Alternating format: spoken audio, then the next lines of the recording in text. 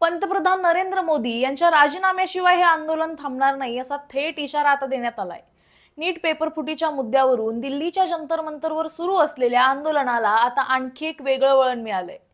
विद्यार्थ्यांच्या आंदोलनावर झालेल्या पोलीस कारवाईवर गंभीर प्रश्न उपस्थित करत वकील असीम सरोदे यांनी थेट पोलिसांनाच कायदेशीर कारवाईचा इशारा दिलाय।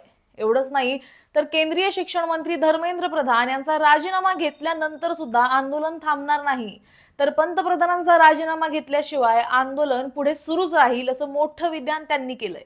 नमस्कार, मी सारिका आणि तुम्ही पाहत आहात पॉलिटिकल महाराष्ट्र।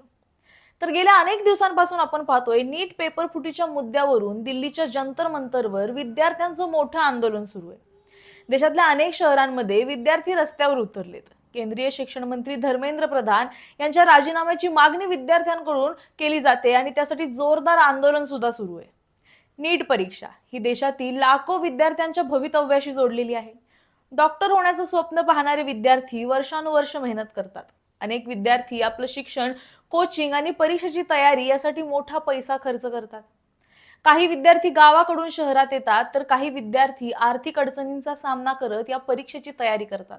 मात्र जेव्हा परीक्षेतील कथित पेपर फुटी आणि गैरप्रकारांचे आरोप समोर येतात, तेव्हा या विद्यार्थ्यांच्या मनात अनेक प्रश्न निर्माण होतात। प्रामाणिकपणे मेहनत करणाऱ्या विद्यार्थ्यांचं काय? त्यांचं भवितव्य कोण ठरवणार? आणि परीक्षेच्या व्यवस्थेवर विद्यार्थ्यांनी विश्वास कसा आणि कोणावर ठेवायचा? याच प्रश्नांवरून विद्यार्थ्यांचा संताप वाढतोय। या आंदोलनादरम्यान पोलिसांकडून विद्यार्थ्यांवर लाठीचार आणि अत्याचार करण्यात आल्याचा आरोप करण्यात येतोय। आंदोलन पाहण्यासाठी आलेल्या काही लोकांनाही मारहाण झाल्याचा दावा करण्यात आलाय। याच पार्श्वभूमीवर वकील असीम सरोदे यांनी पत्रकार परिषद घेत पोलिसांच्या कारवाईवर गंभीर प्रश्न उपस्थित केलेत। कायदा आणि सुव्यवस्था राखण्यासाठी जबाबदारी पोलिसांची आहे, मात्र कायदा आणि सुव्यवस्था राखताना मानवी हक्कांचं पालन करणं सुद्धा तितकंच महत्त्वाचं आहे, असं असीम सरोदे यांनी म्हटलंय। शांततेत आंदोलन करणाऱ्या विद्यार्थ्यांवर अत्याचार किंवा लाठीचार्ज केला तर आम्ही पोलिसांच्या विरोधात कायदेशीर कारवाई करू, असा थेट इशारा त्यांनी आता दिलाय। पोलिसांना सौम्य बळाचा वापर करण्याचा अधिकार आहे, मात्र या अधिकाराचा गैरवापर करता येणार नाही। पोलिसांनी स्वतः न्यायाधीश होण्याचा प्रयत्न करू नये, असंही असीम सरोदे यांनी स्पष्ट केलंय। पोलिसांना मानवी हक्कांचा विषय शिकवला जायचा, त्यामुळे कायदा आणि सुव्यवस्था राखताना नागरिकांच्या मूलभूत अधिकारांचा विचार करणं आवश्यक आहे। याच मुद्द्यावरून मुरलीधर मोहोळ यांनी सुद्धा पोलिसांना कायद्याची तत्व समजली आहेत का, हा प्रश्न विचारायला हवा, असं असीम सरोदे यांनी म्हटलंय। या प्रकरणी महिला आयोग, मानवी हक्क आयोग आणि बाल हक्क आयोगाकडे तक्रार करणार असल्याचं त्यांनी सांगितलंय। दरम्यान आंदोलनाच्या ठिकाणी महात्मा गांधी आणि डॉक्टर बाबासाहेब आंबेडकर यांचा फोटो ठेवण्यात आला आहे। अभिजित दिपके पुण्यात आले होते, त्यावेळी त्यांना हा फोटो देण्यात आला होता। हाच फोटो आता दिल्लीतल्या आंदोलनाच्या ठिकाणी ठेवण्यात आलाय, असं असीम सरोदे यांनी सांगितलं। महात्मा गांधी यांनी देशाला अहिंसक आंदोलनाचा मार्ग दाखवला, तर डॉक्टर बाबासाहेब आंबेडकर यांनी संविधानाच्या माध्यमातून नागरिकांच्या न्याय, समानता आणि अधिकार दिले।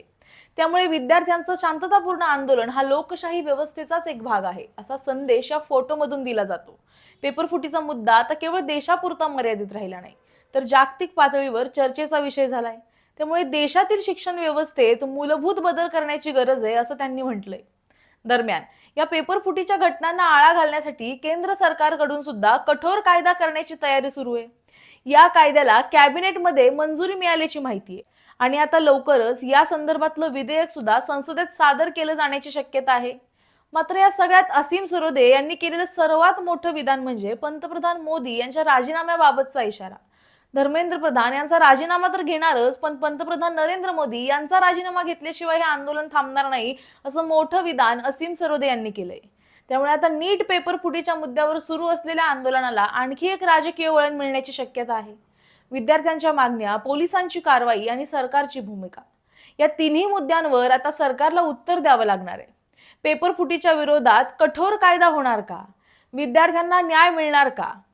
पोलिसांच्या कारवाईवर खरंच कायदेशीर कारवाई होणार का? आणि असीम सरोदे यांनी दिलेल्या या इशाऱ्यानंतर पंतप्रधान नरेंद्र मोदी यांच्या राजीनाम्याची मागणी आता जंतर मंतरवर होणार का? याकडे संपूर्ण देशाचं लक्ष लागलंय। तुम्हाला याबद्दल काय वाटतं हे आम्हाला कमेंटमध्ये नक्की सांगा आणि अशाच व्हिडिओसाठी पाहत रहा पॉलिटिकल महाराष्ट्र।